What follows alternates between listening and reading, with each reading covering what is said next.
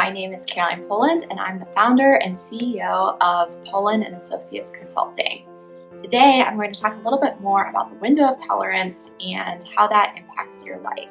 So how does the window of tolerance impact compassion fatigue and burnout and secondary traumatic stress?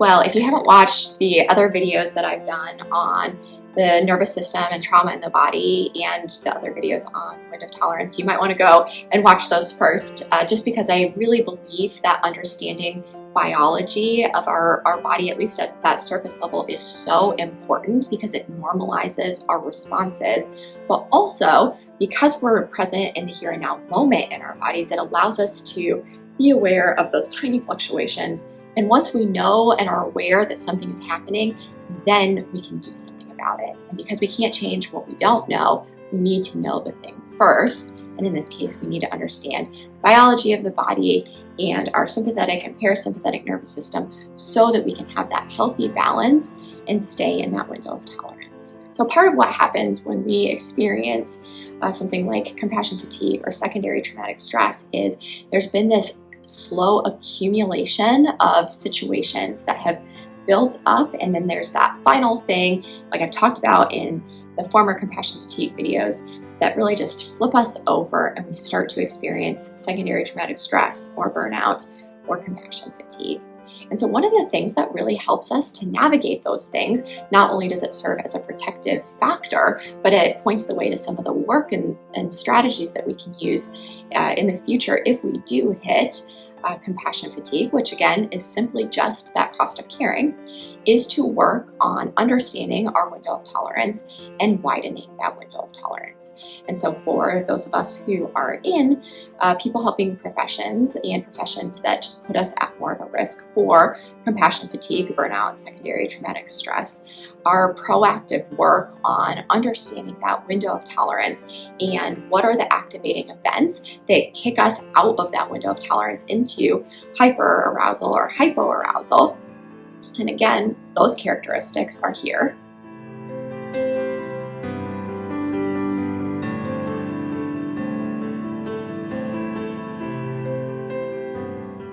So we understand those characteristics, we can start to look for those things in our life, and we can start to get curious about the things that kick us into some of those symptoms, and we can learn how to manage and regulate through those different activating events that do kick us into hyperarousal or hypoarousal, and again, work to continue to widen that window of tolerance. And when we do that, there are less things that get us not only activated, but we're learning to face those activating threats in a relaxed and a regulated body. And so it's not just about the events that we are experiencing, that we're seeing, that we're witnessing, that we're listening to other people talk about, which again, remember, because of how our mirror neurons work, we start to encode that like the thing that someone is talking about has happened to us.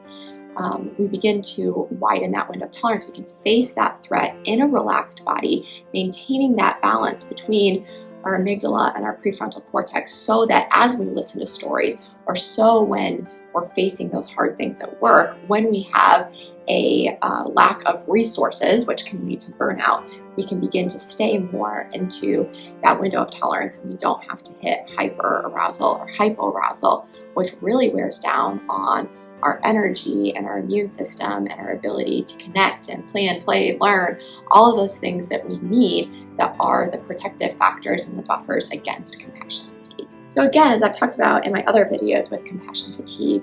there are so many things that we can't control within work and within our environment, but there are things that we can do proactively and reactively that do make a difference. And so it's not a hopeless or a helpless situation, and there doesn't need to be shame in it. We all have a window of tolerance. We all have mental health, just like we all have physical health, and we all need to work on our mental health just as we do our physical health. And so it's not a failing on your part when you need to focus on your mental health, just like it's not a failing on your part when you need to focus on your physical health. So we've been talking about the window of tolerance, so I'm sure the next question is, well, how do we work on widening that? What is the work that we do? So stay tuned, and I will be talking about that in future videos. If you are in a people helping profession or an HR director or a boss in those organizations and you would like to have a further conversation about that, I would love to walk alongside your organization and help you to build up the resiliency that each of your staff members needs in order to be successful in